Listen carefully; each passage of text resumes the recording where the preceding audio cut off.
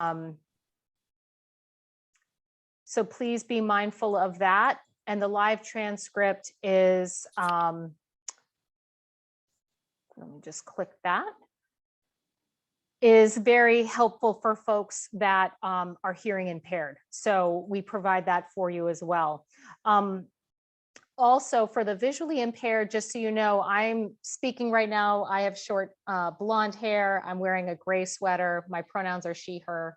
And I'm going to fade into the background here in a minute, but I am going to ask one of our speakers who's going to be driving the slideshow tonight to go ahead and share screen of our slide deck, because I'd like to walk you through a little bit of the Zoom tool. We don't always know who our guests are and whether they're familiar with using Zoom. So just want to make sure that everybody is familiar with the tool.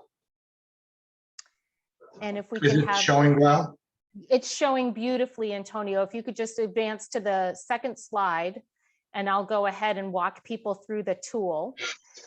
So you should see it on your screen. This is the Zoom technology check, just so you all know. This is my cursor is kind of flowing over it, although you don't see my cursor, you probably see Antonio's. On the far left is the microphone icon. That is to mute and unmute yourself. So if it is lighting up green, it means you're on and we can hear you and all the ambient noise in the background. So we kindly ask that if you are not speaking, to go ahead and click that so it's red. Then one next to that is the camera icon. That's your video. That when that is on, that means that we can see you. And you know, it's up to you whether you're comfortable having that on or not. That's your choice. It's sometimes nice to see who's speaking though, so think about that, but we'll let you do that. The chat over here, if you slide over to the middle, it's that little chat bubble with the word chat. And if you click on that at this moment, and I'll invite everybody to do that, the chat should pop up.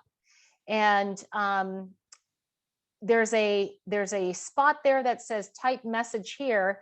And just to make sure y'all are comfortable and familiar with using the chat, because we want you to use it tonight, go ahead and put your cursor in there. And why don't you type in your favorite restaurant or business in the city of Fairfax? Just share that love and give us all a place to either eat or shop at this holiday season. Go ahead and drop that in there. And we'll just do that as a test to make sure everybody knows how to use the tool. Perfect. I see folks putting things in there. We can skip over these share screen icon because we're going to be the only one sharing screen tonight. And then the reactions button, I just want to highlight that for a second. That's a nonverbal way that you can share reactions. If you want to go ahead and click on that, you'll have options like, and I'm going to click through them and you'll see them in my box. You have your hand clap, your thumbs up, your laughing, laughing until you cry, surprised, heart, and celebrate, and really most importantly, your raise hand. We're going to be looking for you in the chat. We're going to be looking for your raised hands if you have a question. We're going to try to pause periodically for questions, typically maybe between speakers. But if you've just got a burning clarifying question, we ask that you drop it in the chat, and a bunch of us will be watching that chat. We will alert our speaker to the fact that there may be a question, and if it's not one that we can answer right away in the chat, we'll go ahead and alert the speaker to answer for you. That red button on the far right that says end, if you click that, you're leaving us, and we don't want you to, but we understand if you have to leave us early. Go ahead and click that if you have to go. If you click it by accident, no worries, just re-enter the Zoom by clicking the same link that you clicked to join us at the beginning, and we will admit you right away. And then I'll invite people to either raise hand or drop in the chat any questions they have just about using the tool tonight, and we'll answer those before we get started.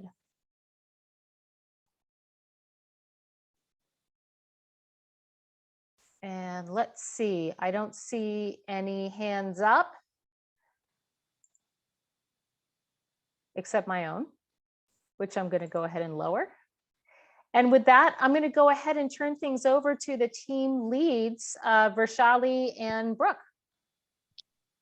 Thank you, Sam. Welcome to all of you. I'm Vaishali Oak with the Fairfax County's Department of Public Works. I go by the pronouns she, her, and I have dark hair, wearing a green shirt and a black sweater. So again, welcome everybody. Before we go into the agenda, I wanted to let you all know that we are joined by several colleagues and staff, both from Fairfax City as well as Fairfax County. From the county side, we have staff from the Health Department and the Office for Children, and you'll get a chance to interact with them as we go into the breakout sessions, and I'll explain that in a little bit.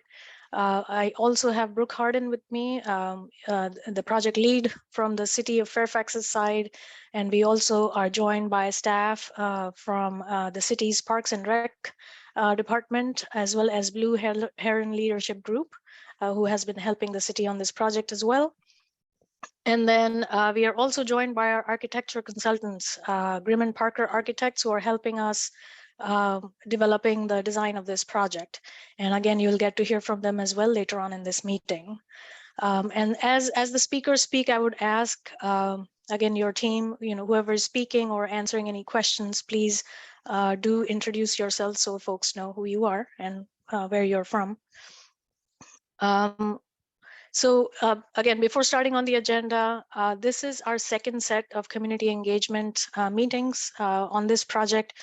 We had held a first set of meetings back in January and February of this year.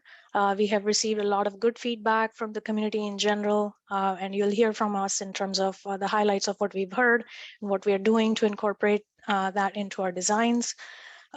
This is a second round of community meetings, as I indicated, where we are going to provide you with an update on the project progress, as well as the concepts that we have now developed for the new facility. I also wanted to note that in addition to tonight's virtual meeting, we also have an in-person open house on Saturday from 9 a.m. to 11 a.m. at the Sherwood Center, and we hope that you'll all be able to join us there as well. For that event, there is no registration required. You can just walk in. So in today's meeting, we will be going through a presentation, approximately around 45 to 50 minutes of that, where again, like I said, we'll provide you with the progress of the project, present design options that we've developed. At the end of the presentation, we will be breaking out into 2 or 3 breakout sessions, and the purpose of those is to make sure that everybody has the opportunity to really ask questions, provide feedback, and any additional comments you may have on the project. Also, as Sam has already indicated, we are going to be recording this session. So again, feel free to add any comments or questions you might have in the chat.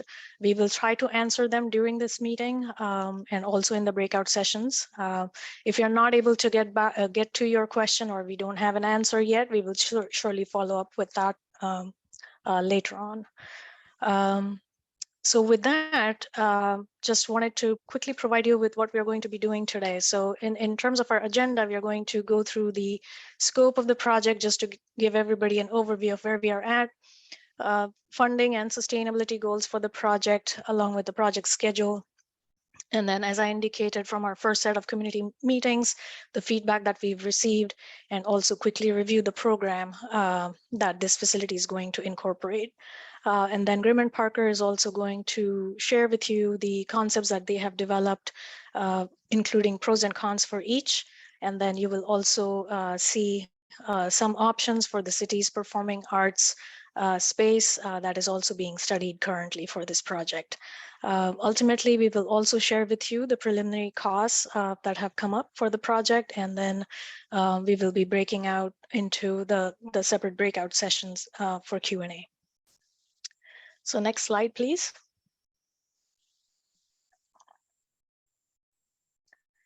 So I imagine that a lot of you are already aware of the project and where it is located. So the Joseph Willard Health Center, if you look at the image on the right, is currently located. It exists in this facility. Lots of health and human services related programs that currently exist in that facility, and it's located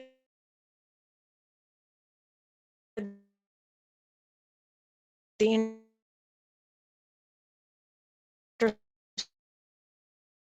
intersection of Oley, and Fairfax. To the north of the site is the Sherwood Community Center, as you can see with the pointer there, and adjacent to that is the Fairfax City's Police Department building. And obviously both of those facilities are owned and operated by the City of Fairfax. So this project is really a partnership between Fairfax County and the city to redevelop the site of the Joseph Willard Health Center to include the county's health-related programs that currently exist at the site, and also incorporate additional programs related to the expansion of the Sherwood Community Center, mainly involving a gym, a senior center, and a fitness facility. So the scope of this project is really, as you can see from the dashed square, if you will, that indicates the existing Sherwood Center. The scope is really to demolish that. It's an old 1950s building. It's gone beyond its useful life. It's not really conducive to the health programs that are currently in there, and needs a lot of rework and relaying out. So the purpose of this project is to replace that existing Willard Health Center with a new facility that's approximately about 99,000 square feet, with a health and community center building that includes not just the health and health services that currently are there, but also includes the city's community center related services and programs. And the intention is that that new facility will connect to the Sherwood Community Center. It will also have associated parking structures as well as site improvements throughout the site. Some of the main features of this project is really that this facility is going to be a co-location to incorporate programs and services from the county's health department, so a true partnership between the health department, the Office for Children, and the city's Parks and Rec department. So we're really looking forward to that partnership. Also, as we progress further into the project, we will be improving ingress and egress and looking at pedestrian as well as vehicular site circulation between the two. So ultimately, our goal, the project goal, is to provide health, wellness, fitness, and childcare services in the central location that benefits both the county and city residents. Next slide, please. In terms of the funding that has been allocated from the county side, the Joseph Willard Health Center has been in the county CIP program for several years, and the county has allocated $58 million, which was approved in the 2020 Health and Human Services Bond Referendum. From the city's side, the city has allocated up to $56 million based on their current approved and proposed capital improvement program, and also a combination of the use of ARPA funds. We have several sustainability goals for this project.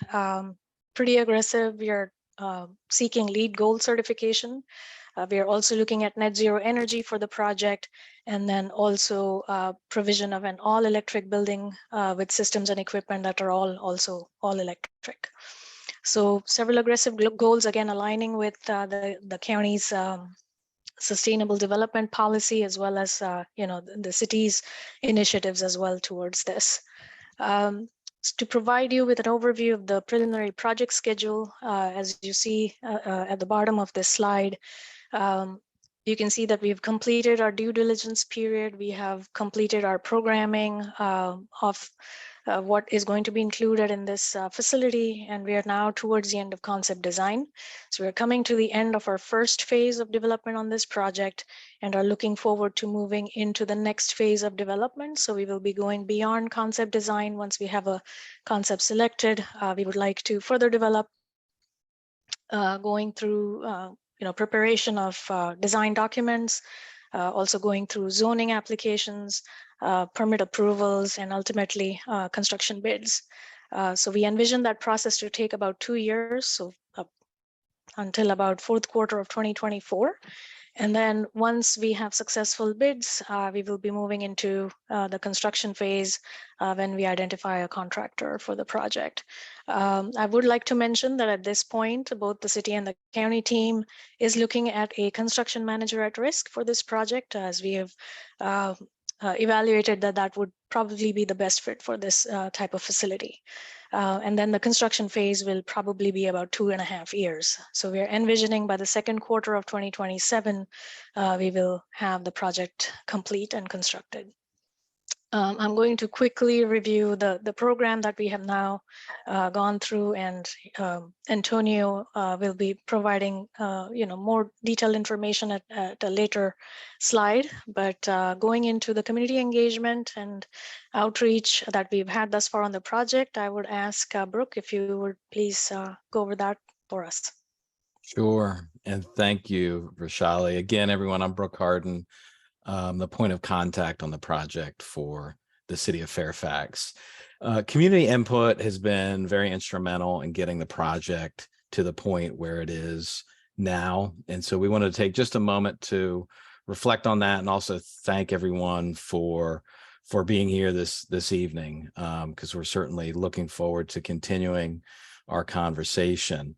As Rashali noted, we're in our second round of community meetings. Back in January and February, we held 3 community meetings, very, very well attended, had over 150 participants in those meetings. In March of this year, we met with various stakeholder groups from neighboring schools and religious institutions to some of the city's boards and commissions, from FPYC to the Parks and Recreation Advisory Board. So met with a host of folks there, and also had an online survey and question and answer function on the city's Engage page, which really did provide a wonderful outlet. We had 465 comments that we received and over 1,400 visitors to the page. Tried to reach out to the community in a broad way, kind of high tech and low tech with the social media and the web page, but also putting advertisements on Q buses. We posted flyers around at various businesses and public buildings around the city, and also handing out information to visitors to both the city and the county facilities involved in the project. Hopefully you saw that again in this round. We used all the same methods of outreach. So again, thank you for your participation tonight, and we look forward to having more folks on Saturday, excuse me.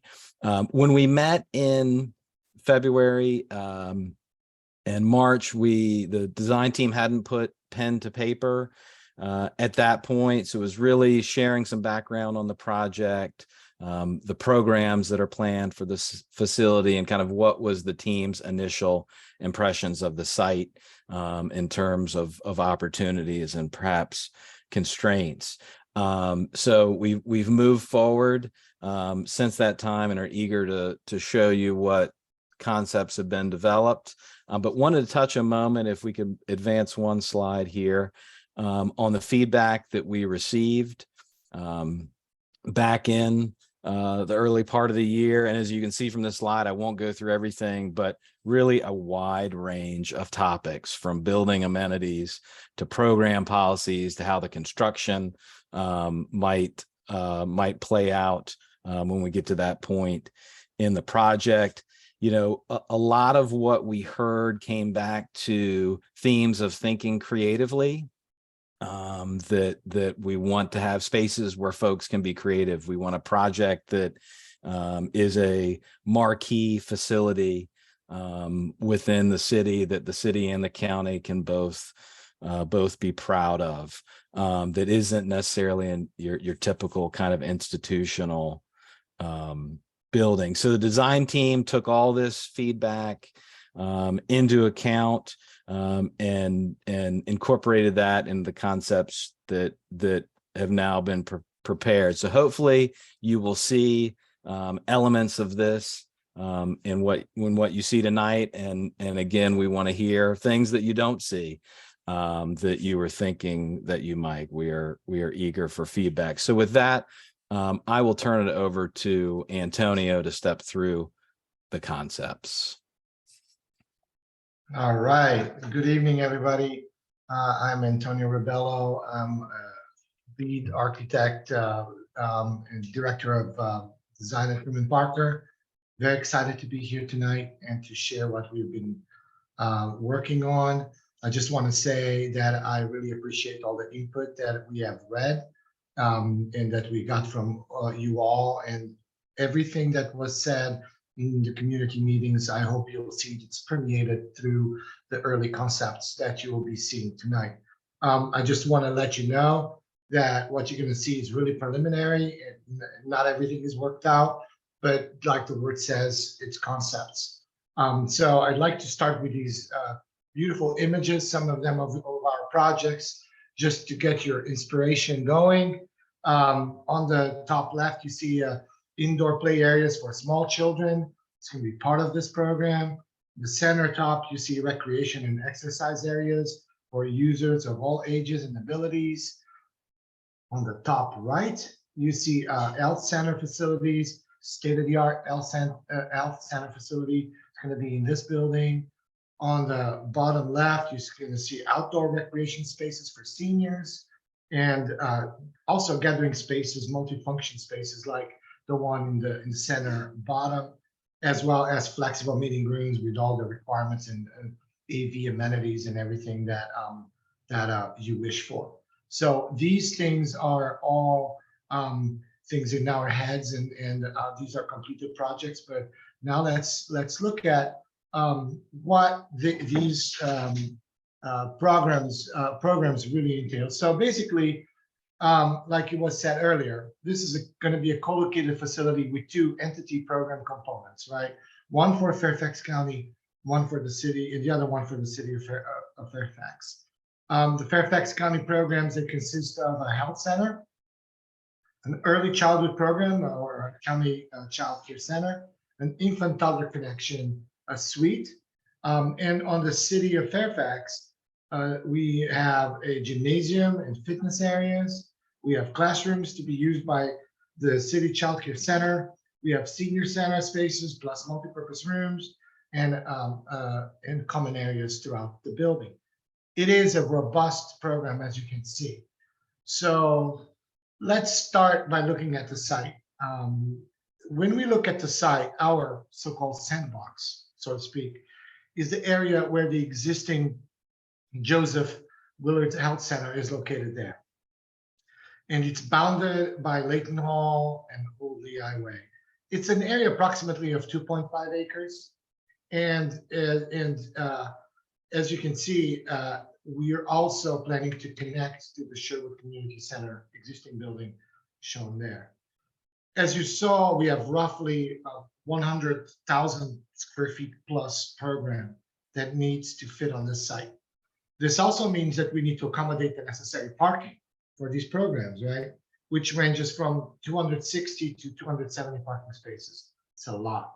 It's a lot, and it requires us to explore structured parking, garage solutions, because surface parking just won't fit with the building, right? So we're showing you tonight three concepts. That concern and everything else that we studied, plus what we heard from everyone, led us to study many design options to see which ones would rise to the surface as possible solutions to the challenge of fitting all that program plus the parking on that relatively tight site. So tonight, we are presenting you these very conceptual options that not only provide the building amenities plus indoor and outdoor features that we previously heard from you that you wanted in this facility. It also provides a large amount of required parking. So there are only three ways of parking cars, right? One is surface parking, which doesn't fit on the site, right? The entire site would be a parking lot, so that doesn't work. So that leaves us with either below grade parking garage or above grade parking garage. These three design concepts offer three distinct solutions to the challenge of parking, and that is as follows. Concept one. In that concept, we have 2 levels of underground parking, and then the building is above that entire parking. Concept 2 provides 4 levels of above grade structured parking over the health department located on the first floor. You can kind of see it on that little sketch there in the middle there. Building and parking structure are integrated in that design. Concept 3, 4 levels of separate parking garage built adjacent to the building, but not really integral to the building. The building is designed to envelop the parking garage and hide it from view. So let's dive in. Each concept, of course, has its pros and cons, and you'll see when we get there. We had a lot of fun doing this, and so you're going to see these little doodle-looking sketches. These are meant to be inspirational. They're not a final design by any means. They're meant to hopefully evoke your good juices and kind of you have a little vision of what these things could look like on the side. Obviously, once a concept is selected, we will develop that in the next phases of design. So concept 1, it's a 3-story building, but perceived largely as a 2-story building from the street, as you can see here. It has 2 levels of parking garage below grade. So it's designed to be a welcoming public facility that greets the community with plenty of windows, which provide great daylighting opportunities, as well as views from inside the building outside, and several visible sustainable features, both on the interior as well as the exterior of the building. More importantly, as this doodle sketch shows, it strives to have a contemporary character that is yet calm and respectful of its surrounding context through the use of elements such as a colonnade arcing back to the porches that you see on the houses, as well as materials that arc to break, like terracotta panels, in the color of those materials as well. So as we look at the plans, the plan for this particular concept, the plans on this concept take full advantage of the parking garage being located out of sight, out of mind, so to speak, by being located below the building. The arrangement of the program then follows the opportunities the entirety of the site offers and takes advantage of organizing the building along 2 main corridors. One, parallel to Layton Hall Drive, the big one that you see there, going east to west, that links 2 main prominent public entrances. One, located along Hoadley Highway, convenient to pedestrians and public transportation, and the other located on the west side of the site, facing the vehicular entrance and access to the site near the Jorgensen Lab. You'll see that the site has a little bit of topography, and so we're taking advantage of that topography on these concepts by locating, for example, my mouse shows the little sidewalk here that provides for people with disabilities that cannot traverse a stair. They can just go on that sidewalk and go into the building. On this level, that would be accessible straight from the sidewalk there. The other corridor runs parallel to Oakley Highway and connects to the existing Sherwood Center on the 2nd floor. So that would be this. And in this way, the building program is neatly arranged along these public circulation corridors that offer great visibility through good sight lines from everywhere, especially from the welcome desk, helping make this a great safe facility, which was also a concern expressed, right? By minimizing hidden spaces and maximizing natural light opportunities to move through the building vertically, then through beautifully centrally located stairs, which I know it's kind of hard to read, but the intent is to have stairs that invite people to go up. And this is part of this movement for wellness, that for physical activity. Obviously, for folks that cannot go through stairs, the elevators are centrally located throughout the building and can carry folks in all levels, including to the parking. So the way this is organized,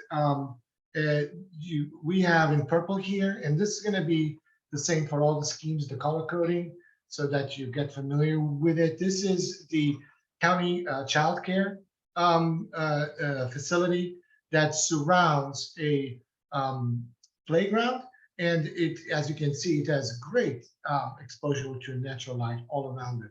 Also, these little arrows show that one can enter these facilities directly from the street if one wants. So specifically to this health center, which is this volume over here, there would be a lobby, and one can actually be dropped off on this little curb area over here that is kind of a lay-by area, and go into the healthcare center directly. If one is going to the county, I'm sorry, to the city daycare rooms, they are then neatly located over here, also with access to the outside on the first floor, and there's also a playground. In order to go to the parking garage, if you're driving a car, if you remember, the site actually is currently an entrance over here. We are proposing to close that because that's dangerous. It's too close to this intersection. So we will be maintaining the current entrance to the site that goes to the Jorgensen lab into the facility here. And that would mean that one would come this way and turn right and go down and into the parking garage below here. We're also introducing a connection, as you can see here, that will lead folks to and from the Sherwood upper part of the site. There is a level change between this part of the site to this part of the site that's 1 story. And with this, with all the designs, we're taking advantage of that level change. As you can see here, there's a connector directly to the Sherwood Center. This connector is on grade as you would come in. So the way we kind of see this is kind of cool because it looks as if the building is like a split level, so to speak. You come in one level, you can either go down or go up. So it has 3 levels, but it might feel for many people like a 1-story building, no matter what level you are, no matter where you're going to go. And we paid very close attention to where we locate the programs so that, for example, the fitness is grouped, the health center is grouped, the childcare areas are grouped. This one here is the infant toddlers connection suite, and these are here, they are administrative offices for the recreation center. As we go up on the 3rd level, then we were careful to locate the stair. These are stairs here. This is a double height space. This is also a stair that, imagine coming from the existing Sherwood Center across this wide connector of 20 feet. It's almost a room. You can go up on this step level, 1 level, and you are on the senior center area here that has senior center rooms and multi-purpose rooms that also open out to a generous outdoor space on the roof that has like grills, tables, bocce courts, horseshoe courts, and so forth. So with that, we have the parking garages below. So below grade are these 2 levels.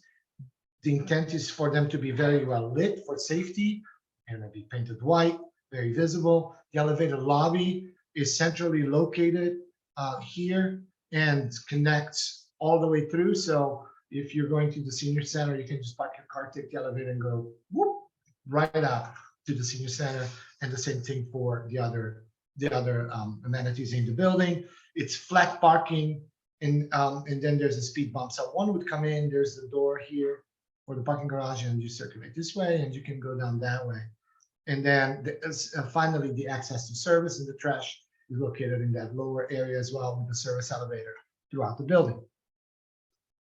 But taking you on a little tour of these little doodle sketches, this attempts to be obviously a contemporary building with this calm civic character, meant to both integrate well with its surrounding context as well as to be a beautiful, unique building of its own, which I think is also a desire that the community has. The entrances will be clearly visible and understood to the users And the grand gesture is made at the corner of the building facing the intersection of Old Lee Highway and Layton Hall. Passive and active sustainable elements such as photo arrays, like those photovoltaic panels, the solar panels that are these little things shown on the roof. These are going to be visible so that people appreciate the renewable energy capability of this state-of-the-art facility, as well as more passive solar control elements like sun shading devices, and obviously roof amenities such as these that may have some green areas as well. As we go around, let's pretend we are a little bird and flying around the building with these sketches. We go from the corner on to Layton Hall. You can see the playground on the ground here for the county daycare. And as we go on around the building, you can see that our intention is to provide a great approach to the building from Layton Hall. As one would walk, there would be this covered open exterior walkway that leads one to the door. The entrances are clearly marked in this fashion. And then as we would go around, you can see how we can drive down and go into the parking garage or to the service areas. That is the little connector to the Sherwood facility. And this would be the city daycare center. All right, concept two. Concept two is kind of interesting because this concept is the one, the next two concepts are interesting because they actually place the parking above grade in this particular one, places it on a 4-level parking garage, which is placed above the health center that you see here. In order to minimize the visual impact of the parking garage from the surrounding streets, right? Nobody likes to look at parking garages. And especially from the intersection of Layton Hall and Old Lee Highway, the majority of the building program, which we all know is quite robust, right, is then located along Lee Highway and makes the corner. Okay, so similar to all the concepts we're showing, this one is also designed to be a welcoming public facility that greets the community with a contemporary character that tempers the resultant exuberant massing that you see here with the soft-toned colored building materials and masonry and wood-like colored panels that you see on that facade there. So taking you through the plans of this concept, we envision putting the entirety of the healthcare center on the first floor, again with the parking garage above, and you'll see it. This is again the same intent of having direct access to these elements straight from the exterior, but also having a centrally located public corridor leading to a grand stair and elevators, and it's flanked by the gymnasium and the gymnasium here and the county child care center shown in purple over here. The entrance close to the intersection, and in terms of one is approaching the facility by car, one would be coming again the same entrance this way. And in this particular design or concept, would have to go around up and go up to the second level to enter the parking garage in that way. So the same idea to have a connector to the Sherwood Center is present in all schemes, but this one you can appreciate the effort to put this above grade parking garage right adjacent to this building. So the building program then locates the gymnasium, which is a double height 2-story volume in the center of the building, and it has a little bit of natural light, but it's borrowed natural light. The natural light is coming from the lobby, so we can imagine a wall of glass this way, and then of course the lobby would have glass too, and then the natural light would come in. It's a little bit more restrictive in that sense, but that allows us to put the elements in a logical order as we step up. One thing you can almost see here is from the first floor, we have the child care center below that creates a roof. Then we have the second floor this volume here, which when you are on the third floor, offers us another roof, thus creating this sort of cascading massive density.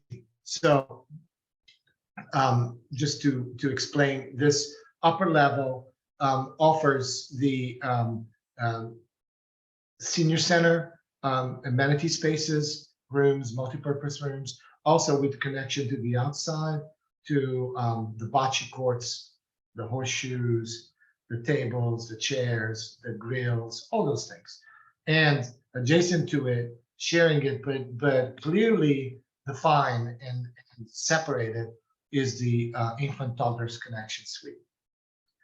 When we look at the concept sketches for this, again, imagining we're flying around the building, you see that there is grand opportunities to celebrate sustainability by again exposing all these elements like solar panels and all that. The nature that you see here, especially from this view from the corner, as I explained moments ago, because of the massing, you have this cascading effect.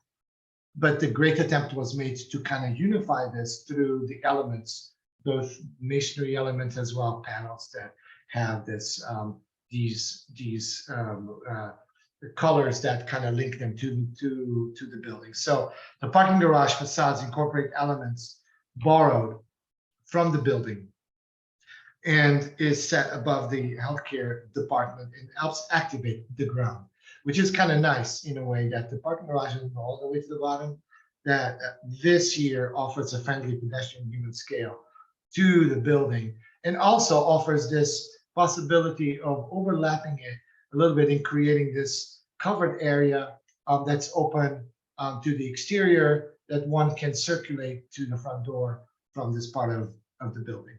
As you go around, this sketch illustrates the concept of entering the parking garage on the second level and then going up. And here is the connector to the existing Sherwood Center. And then concept 3. This concept takes the approach of placing a separate parking garage to the rear and surrounding it with building program. So the result is a friendly activated building facade on 3 sides, offering the opportunity to kind of hide the garage, so to speak, taking it out of the equation. In this way, we took advantage of the layout and proportions of the building to place the main entrance close to the main street intersection and create a public civic space that links the exterior to the interior of the facility in a grand welcoming gesture to the community, as if to say, come on in, you're invited. So that's the approach that we were thinking about with this concept. So taking you through the plan, as you can see, the parking garage is then nested in the back here, and the building surrounds it here, minimizing its visual impact throughout. So the result is the enveloping the garage with the building program, and the vehicular entrance in this case is straightforward. One would be coming in and turning into the garage right here and does not have to come up anywhere or go down like on the first scheme. You'd have to go down to the underground parking. This one is at grade. You come in, it's a normal recast parking garage. The building is also organized in a way where the healthcare suite is on the first floor. The gymnasium is also on grade, the first floor. The city childcare center is on the first floor as well with the playground. And there is this clearly understood corridor, public corridor that kind of is flanked by these programs that are clearly identified.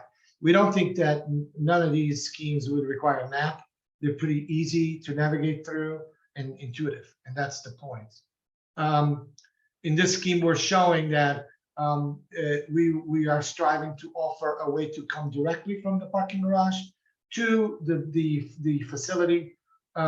Especially that's important because as we go up, we are actually locating the city daycare center, childcare center on the second level. We think that's actually kind of interesting, and because of the accessibility being directly from the parking garage to that level, we feel that that's totally doable. As well as if you come from the street, you can easily take an elevator and go up to the daycare center. That then opens up to a terrace outdoor space, which can be wonderful. And on this level, as I explained earlier, the second level is contiguous with the Sherwood Center building. So it offers us the opportunity to again put the gymnasium right on along Old Lee Highway with great daylighting, windows all around it, and the fitness center as well. As we go up to the third floor then shares space, but is clearly delineated by zones with the senior center, which opens up to another terrace, which is in this case on the second floor. Over the second floor, which creates an interesting dynamic in the building massing, as you'll see soon. As well as there's the infant toddlers connection in the remainder of the health department. So when you look at the views from the sky, these sketches, we have again the celebration of sustainable materials, renewable energy.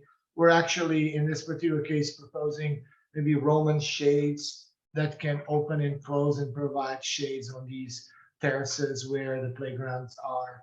In this case here is the playground that you for the county daycare program. And then you have things like the gymnasium as well as the other amenities surrounding the building. And again, the parking garage tucked at the back, which you don't even see from the street.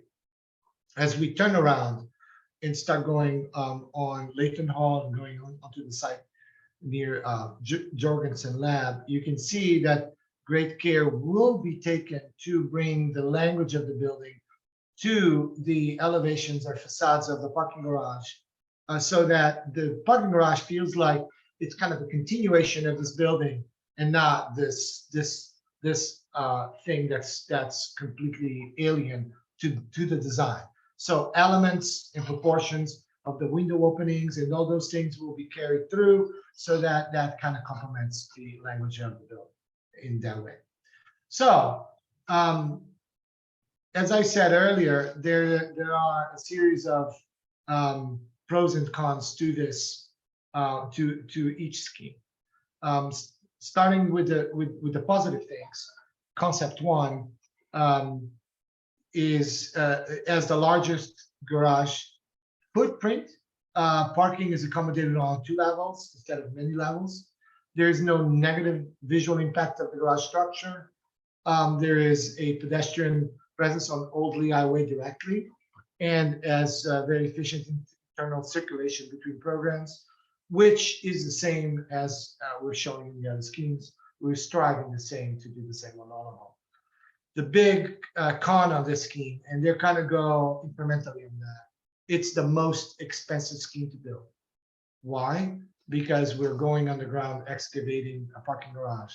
Every time you do that, it's very expensive to do that. So another con is also the underground parking is less desirable for some visitors who prefer to be at grade or in elevated parking garages, because some of that opens up to the exterior. Concept two, the pros, there's a pedestrian entrance presence on Layton Hall Drive. All health department program is accommodated on the main level. There is no separation of the health program. The cons on this one, the parking structure above the health department program is challenging from a noise mitigation point of view and all those things. So it makes it a little costly.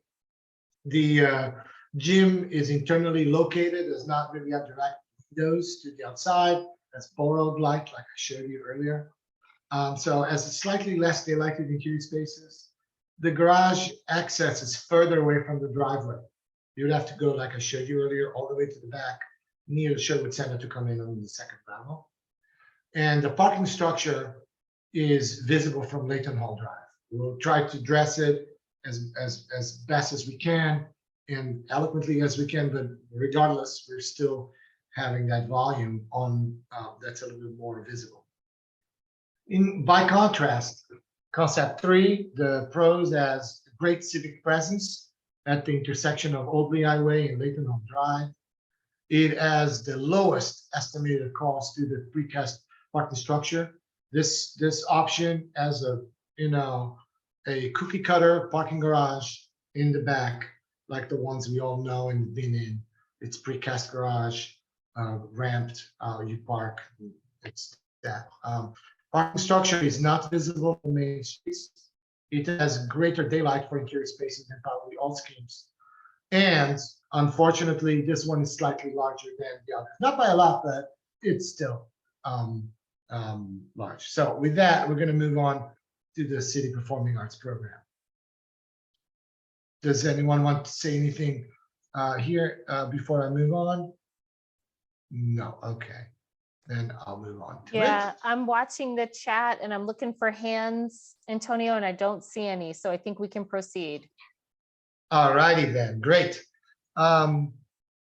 So we were asked to look at a performing arts kind of like black box theater program to be incorporated into this design, the new building. And that's approximately about a 5,000 square feet rectangle that you see there called theater on the 3rd floor. The way we looked at it, when we looked at all these options, option 1 and option 3 became are feasible to add something on the roof. Option 2 really isn't, because there's so much room occupied by that parking garage on the side that we really don't have space on that option 2 or concept 2. So concept 3 is the one that has all parking underneath, and it's kind of like mostly 2 levels of building plus a little bit on the 3rd floor. So we looked at that and said, we can actually place that space and rearrange the senior center component. And that's what we did here. So if you imagine the same stair coming on from the Sherwood Center, you cross that connector and boom, you're here, and you can go up and you're in this gallery kind of lobby area that surrounds the theater with its ancillary spaces like the dressing room, costume rooms, and all that. And this is also adjacent to the senior center area, which then all opens up to the exterior amenities. We spoke earlier, the bocce courts, the horseshoes, the grills, the tables, all those things. So that, and with that, we did a little test fit just to do just to make sure that this thing works, at least at a conceptual level. So we created 3 little schemes for layouts in that space. So scheme 1, it's kind of like this performance space where there's a larger stage that's set up in this location, and some folding chairs, and then you have these bleachers that can pull out of the wall. This yields a real 350 some spaces. We also looked at another arrangement of a banquet type spaces with tables, and it yields again about 300 and some spaces. And finally, we looked at the lecture type layout with folding chairs looking into a center podium kind of area, and that yields a little bit more, about 400 seats. I said spaces, I meant seats. I'm thinking cars for some reason, I don't know why. So when we looked at it, what would be the impact of this on the building? The impact is as follows. So on the left, just so you can compare, you have the concept 1 without the performing arts on it, which has the glazing that links the amenity spaces, the roof amenity spaces, to the senior center program inside.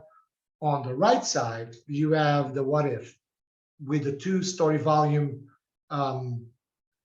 theater, which you see there in terracotta color, surrounded by the gallery and the public areas that then link to the senior spaces in the building.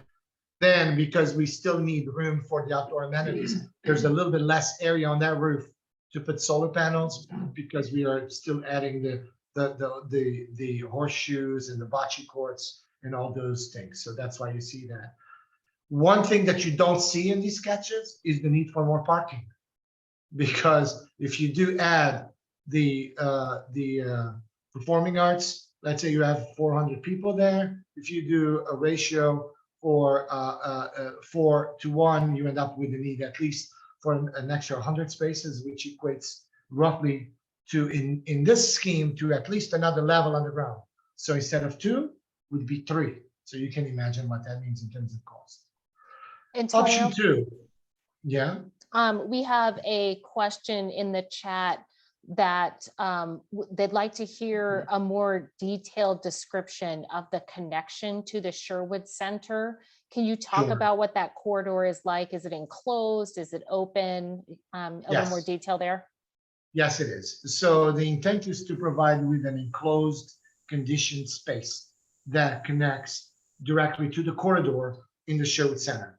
So if you envision being in the Sherwood Center, going through the front door, going in that corridor, you'd keep walking and the corridor will link straight on, and you're going into the new facility without having to navigate stairs or anything like that.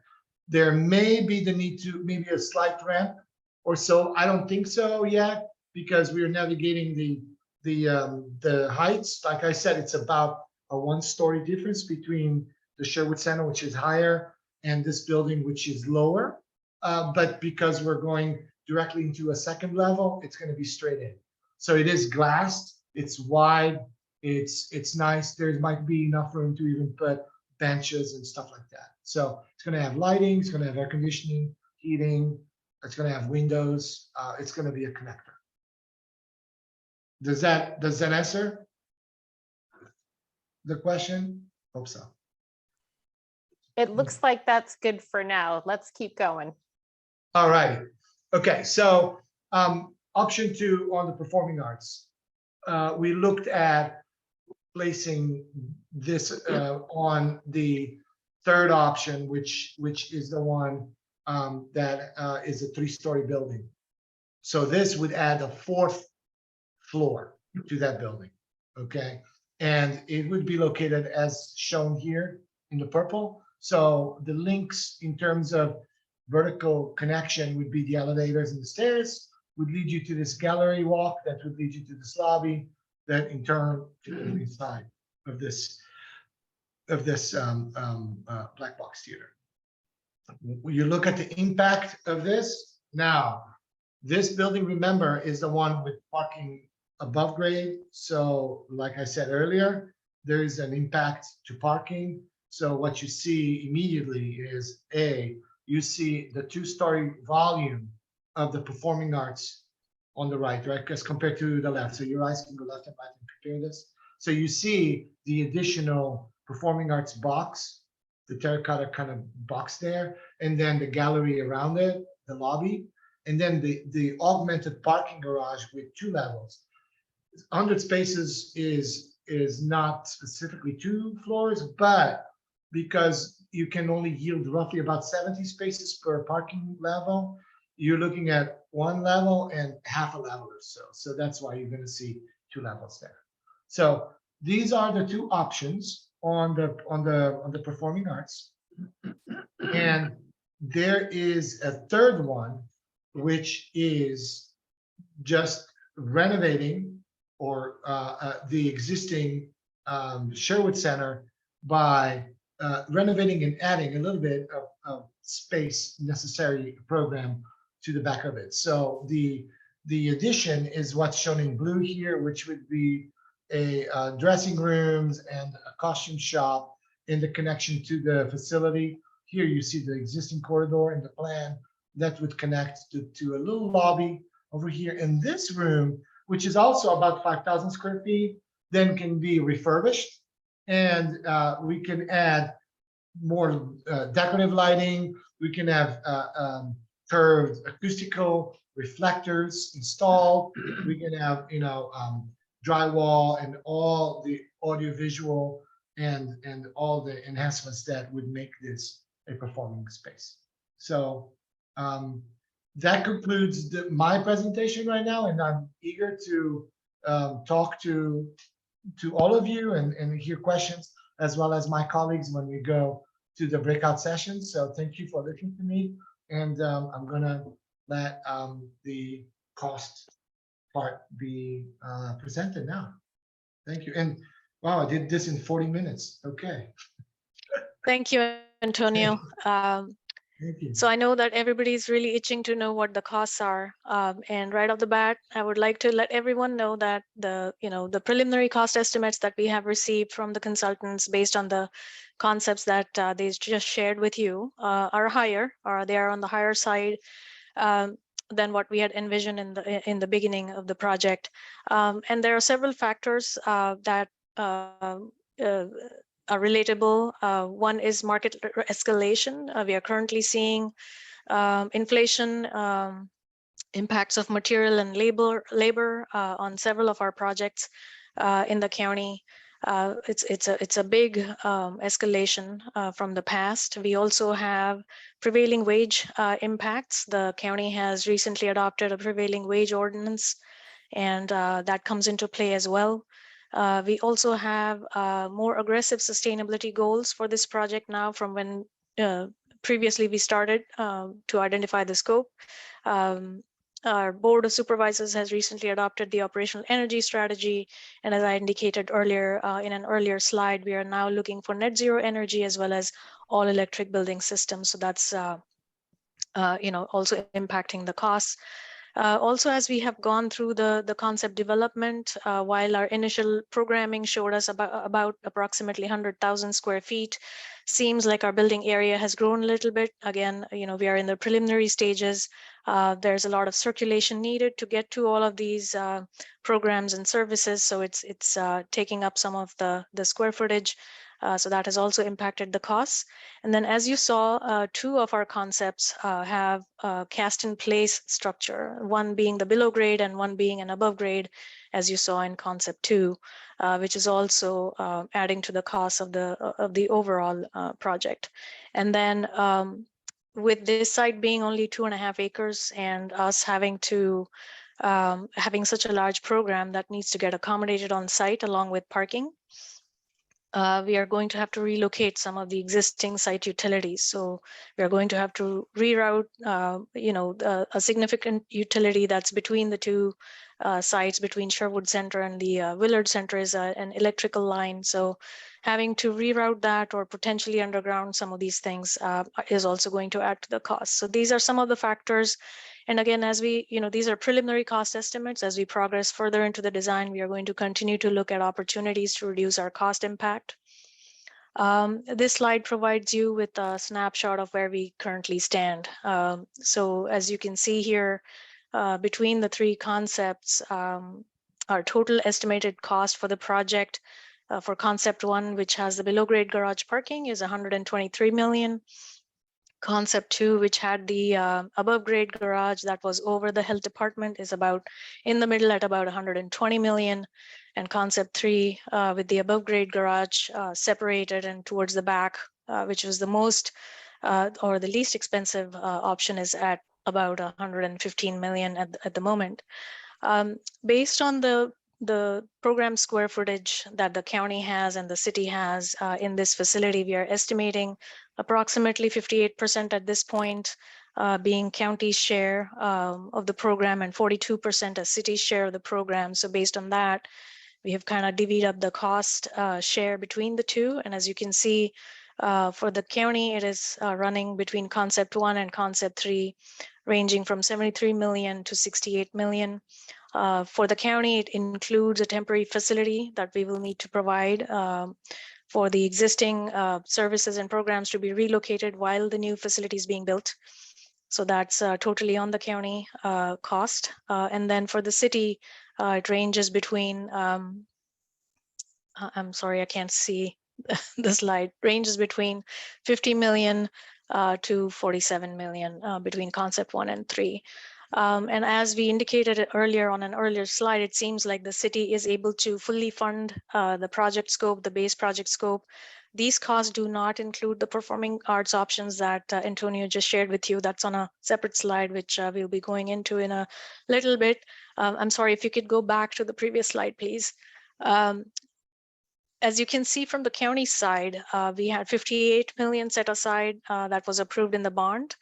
But clearly we are running 10 to 15 million over from the county side.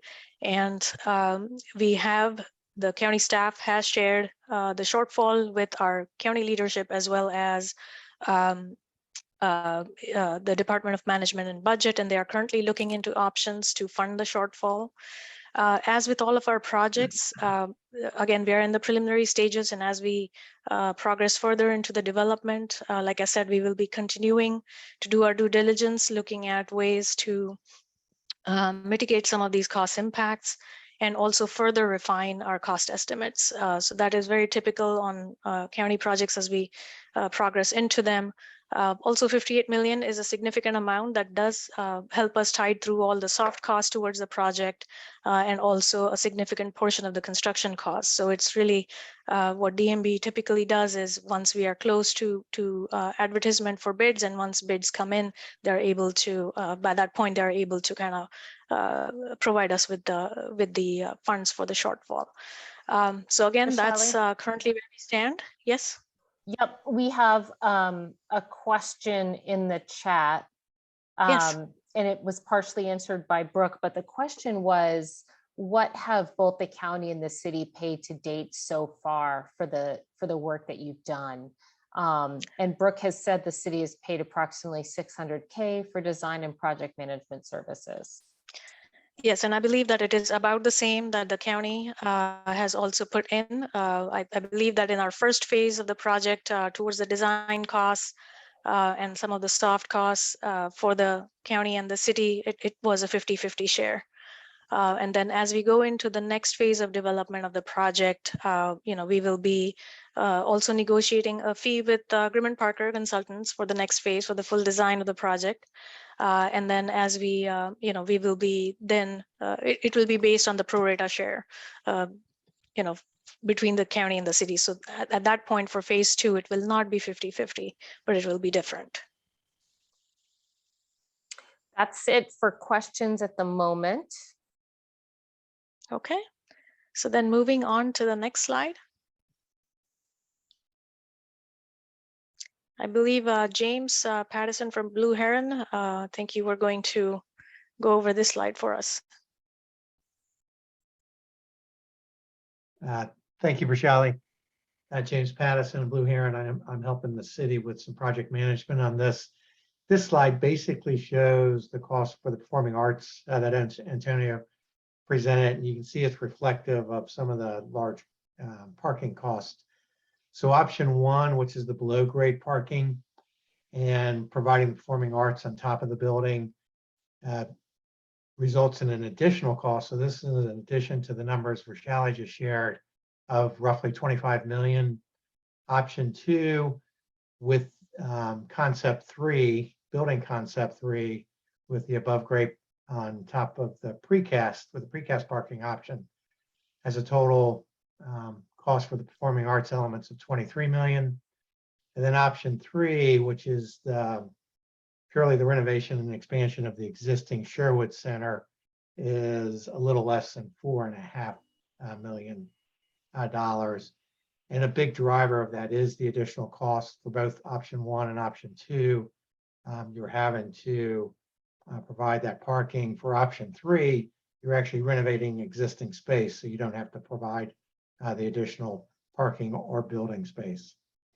The funding options that we've talked to with the city and the city's evaluated, in looking at the fiscal year 24 to 28 CIP, there's several things the city can look at, and they're hoping to get feedback through these stakeholder outreach sessions to help inform that decision.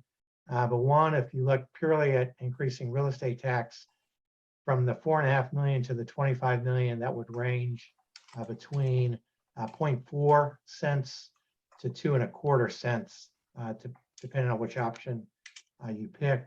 You could also look at the county's or the city's existing CIP, and you reduce or remove other projects that are currently approved in the CIP. And then looking at pursuing other revenue options. This has come up in some of the other stakeholder meetings. Options such as grants, sponsors for the facility, naming rights, fees that could bring money in that could help offset some of the costs. And then any combination of the above are the possible funding options that are being looked at. Thanks, Rochelle. And going to the next slide, I think, James, you are going to cover that as well. So the next steps we're looking at to move forward, as Rochelle was talking about, to move forward into the schematic design by the end of the calendar year, both the city and county leadership really need to select an option. So the stakeholder outreach, the information we collect, we're going to be sharing with both city and county leadership. So a single concept can be carried forward into the concept design. The current partnership agreement between the city and the county actually runs through the concept design. So we need to update that to carry that partnership agreement all the way through final design and construction. That's actually in the works right now, and that would be going both to the city and the county in December. As Rochelle mentioned, she was talking about the budget. We need to negotiate with Grimm & Parker for the remainder of the design. We anticipate starting once the selection is made on the concept, actually starting the schematic design in February. One thing that the city and the county has selected in terms of the procurement method is we're using a construction management at risk process, where we'll bring a construction manager in. And really the advantage of that is they work in partnership with the designer throughout the design, development, and construction documents. So you build in constructability and value engineering as you go forward. And then as we go through the different stages of the design, from schematics to design developments to construction documents, we will be organizing additional community meetings to get feedback on the design as it progresses. But the next one to be in the June 2023 timeframe. I think that's my last slide, right, Rochelle? Yes, So- thank you, James. Yeah, we have a question in the chat. It was partially answered by Brooke, but the second part was, when/if another global pandemic happens, who controls the facility, the county or the city? The current Willard facility treats infectious diseases. What kind of treatment is offered in the nurses' clinic? Does TB stand for tuberculosis? Can the county shut down the recreational portion of the facility, and for what reasons? So I will start off with answering a couple of those questions, and then I might have to tag team to another staff member. So with regards to the control of the facility, whether county or city, we are still under negotiations in terms of the operations and maintenance in general. The county and city team has identified the need for an administrative committee who will make that determination. Again, all of those aspects are still to be ironed out. Once we have a selected concept, we have had some preliminary discussions between the county and city teams, again, on the operations, but these are the types of things that will get further fine-tuned. With regards to TB, yes, it does stand for tuberculosis. And then can the county shut down the recreational portion of the facility, and for what reasons? I could partially answer that, again, knowing that Joseph Willard does treat infectious diseases. One of the requirements from the health department is designing the facility in a way that the healthcare suite is isolated or has the ability to isolate from the rest of the areas of the building. So that is one thing that Grimm & Parker has tried hard to achieve in each of the concepts, and again, will get further refined. Now, under what reasons, that is something I would ask if anyone from the health department staff is available here, they could speak to that, as well as what kind of treatment is offered in the nurses clinic. If they could speak to that as well, I would appreciate that. So do we have anyone from the health department, from the county's health department? Jessica? Rochelle, maybe while the health department's getting ready, one of the things that Antonio pointed out in his design as part of that isolation is independent entrances to the facilities. So you Yes. could separate Correct. and through the mechanical systems, et cetera, to really do the best we can to separate those spaces for health reasons. And also, you know, one of the other things too is, again, having that separate entrance into the healthcare suite with the negative pressure rooms accessed directly via the vestibule. So all those things, you know, the adjacencies are being worked out in these concepts based on the health department needs.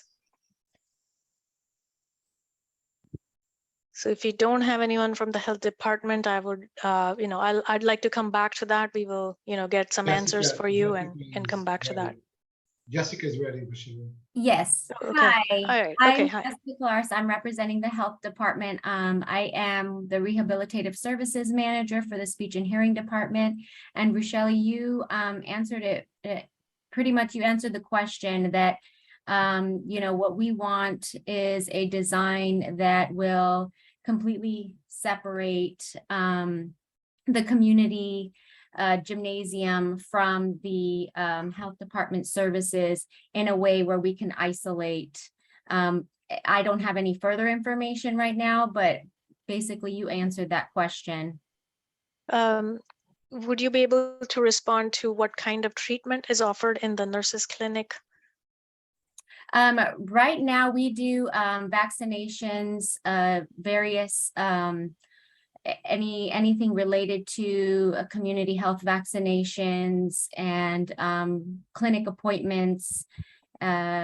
We do have a STI clinic that we offer as well in the clinic services. Thank you, Jessica. I think that covered all of the questions. That's correct. I don't see any other questions in here.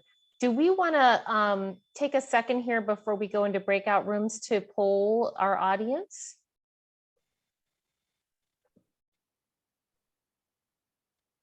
I think we Great can idea. go to the breakout. I have a quick poll question, Vershali. Do you want to use that today or no? Oh, sure. Yes, absolutely. Yes, we can. Okay. Yeah. So for Sorry those, about that. that's okay. For the guests that are attending, we have a poll question for you. I'm going to pop it onto the screen now. You're going to see a question pop up into the middle of your screen, and you're going to need to use your keyboard and mouse to participate. And what you should see is something that says, what matters most to you? It's one question. And it says, please rank how important each aspect of the project is to you. And so you'll see there's performing arts space, underground parking, rooftop recreation, gathering spaces. And then if there's an other, go ahead and click it and rank it, and then tell us what your other is in the chat. So how do you participate? If you haven't figured it out, you're going to mouse over that each piece, and then you're going to click whether it's not important, most important, important, very important, most important. And I can see folks participating by the colors popping up on my screen. I see 5 folks have participated. I'm going to keep it open for a little bit and tell you about the breakout rooms. We have about 20 guests.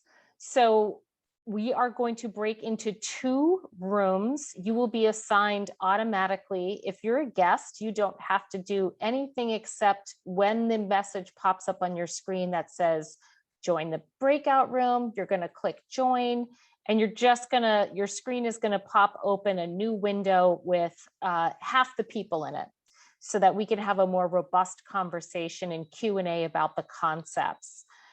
the folks that are part of our team that are assigned to room 1 or 2, you will have to override the system and select 1 or 2, whichever you're assigned to. Everyone else will be assigned randomly.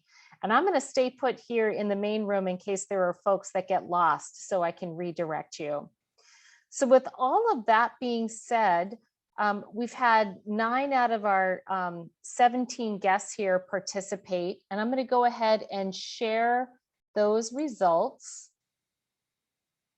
So you can see that in terms of what folks find not important at all, mildly important, important, very important, most important, when we look at the performing arts space, you know, quite a bit there on the important side to most important, I would say, a little more on that side than the non-important. So that tells us that performing arts space looks like a little bit more than 50%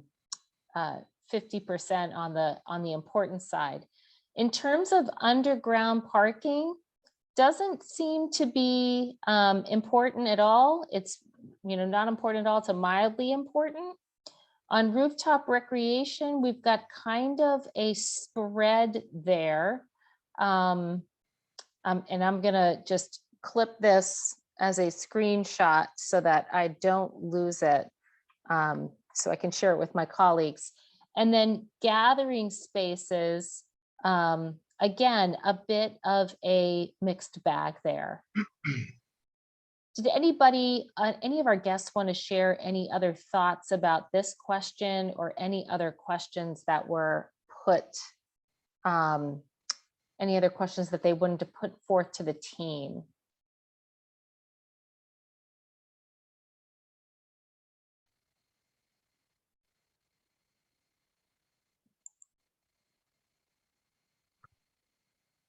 Okay.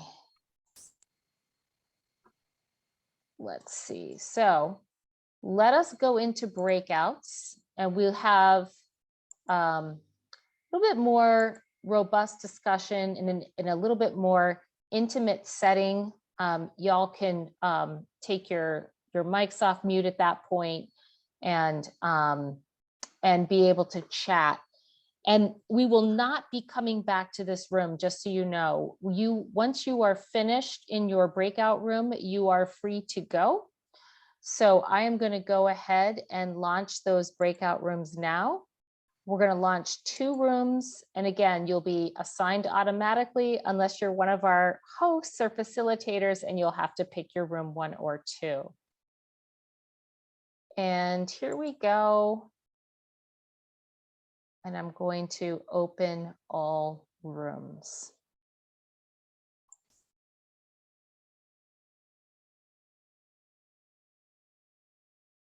And you should be invited now to join rooms. And I remind my teammates to go ahead and override and pick the room you want.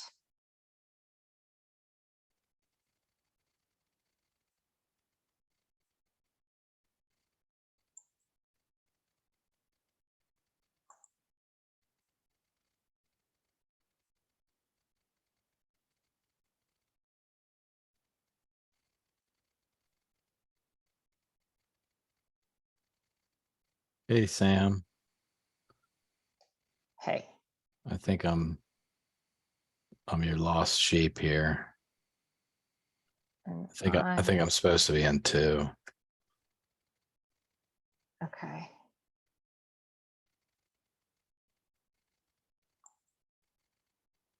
And you should be able to, Brooke, do you see a spot where if you click on the icon for breakout room or the more? Let's see. More breakout rooms. When you click that, what do you get? It says room 1, room 2, and I can hit join. Yeah, that's all you gotta do. All right. Yeah, Awesome. Thank you. you got it.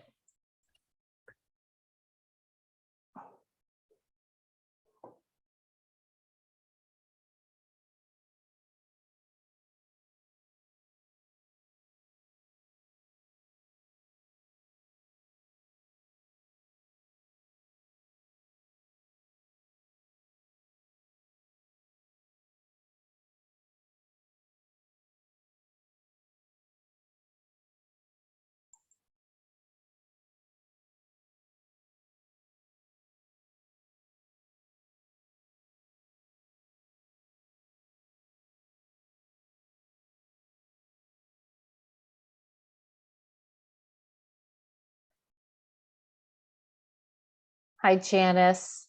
Can I help you? Do you need help getting into a room?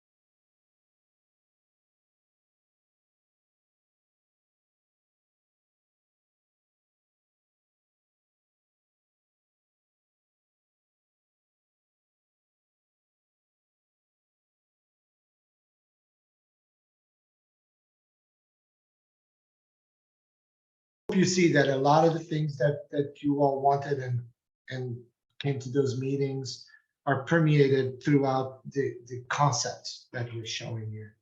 There's a lot of like these wide corridors that can be used as galleries and stuff too for hanging artwork and displays and other types of Yeah. things. And all the schemes have that. Yes. I'm scrolling to go to this. I can go here. So, anything in particular, like a specific thing that you say, oh, I liked about this concept, or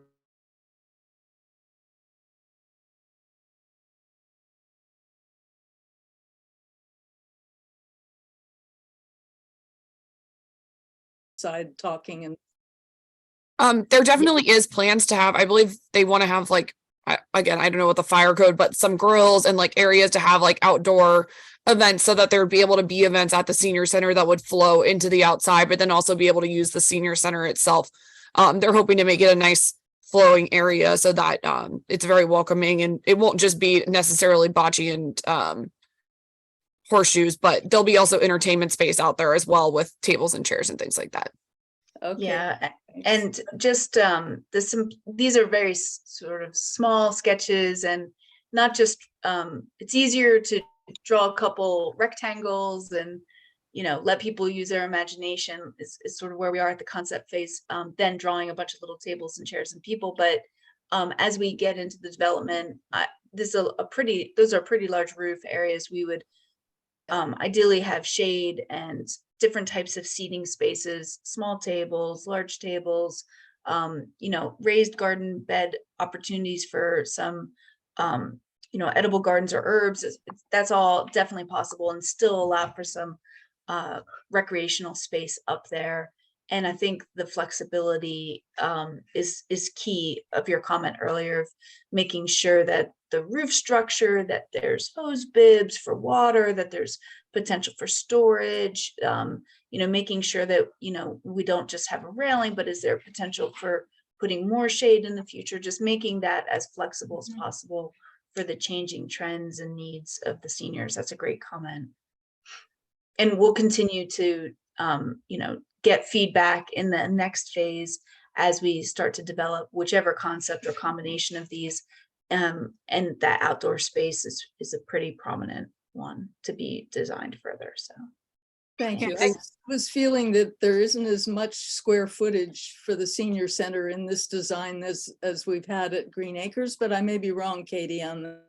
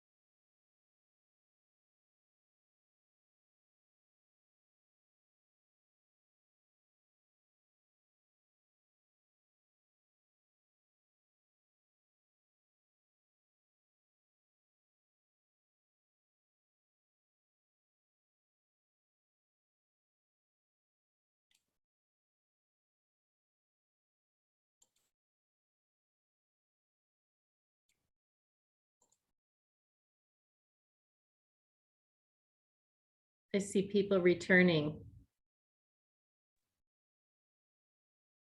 Did we have good breakouts? Yeah, it Yeah, was we nice did. feedback. It was Yeah. it was a little quiet, but it was a very positive response. I jumped So- into both real briefly and it was good conversation, I thought, in both. Sam, I did stop the recording and it said for the breakout session, and it said that it'll convert it into an MP4, but I don't see anything else on screen. So I'm hopeful I'll receive some sort of a message. So I selected record to my local as opposed to the cloud. So I Oh. should get all of these. Oh, good. Okay. Yeah, and what I'll do is I'll get the recordings and I will get the chat. It usually comes as a separate file. And then I took a screenshot of the poll and I'll make sure that our small group gets all of those so that, you know, Deepa can post and if Brooke Yeah. wants to post to the city page as well. Okay. All right. Makes sense. It may be Thanks. good. Can we do the same poll, I guess, on paper at Saturday? It's kind of nice to Yeah, we can. both groups. Well, we talked about that, James, and one of the things we said we would do is there's the general comment card, and then we said we would do the questions you just went through as a separate comment card for each of the concepts. But yeah, I mean, for Shali, do you need my help on that to write up the other poll as well, or? Is there a way, if you could provide me with a quick document or a PDF of that, and then I can print it, you know, several pages of it. So yeah, so we'll have a third thing. Yeah. Okay. You guys actually caught me off guard in the main presentation. I actually thought Brooke was doing the budget slide. So Oh, I I was- thought Brooke had already told you that you I were was- so. Yeah, I was I leaning back in coordinated my- with him yesterday, and he said, "Oh, I'll let James handle that one. He does a great job on it." So I would have combed my hair or maybe shaved. Hopefully Rob doesn't fire me. you did good. I don't think so.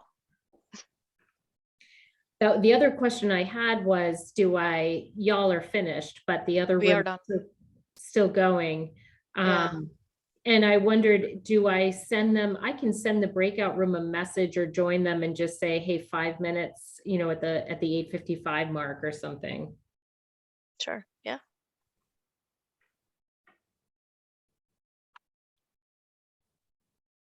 Antonio, great job as always. Yeah. Good job. Thanks, Rick, for jumping in as well. And for Shally, Brooke, great job. What is that? The time. You're muted, Antonio. I thought it went very well, though. Yeah. Antonio, you're muted. Oh, I was saying, I'm proud of myself that I did it in 40 minutes. This is my Oh, phone. got it. And that was interesting. So, I All always right. feel it, you know, we had kind of a quiet group in our breakout session, I thought, at least. There's just a couple of Yeah. folks maybe. But yeah, in general, I think it went well. And, you know, again, looking forward to the one on Saturday. I have a feeling like there'll be more interaction with folks, because then they'll get to, you know, in a virtual setting, it's like the spotlight is on you when you ask or say something, and, you know, some folks like it, some folks don't. I think Saturday's session will help them. I've done it many ways. I don't mind at all people interrupting me anytime and asking questions.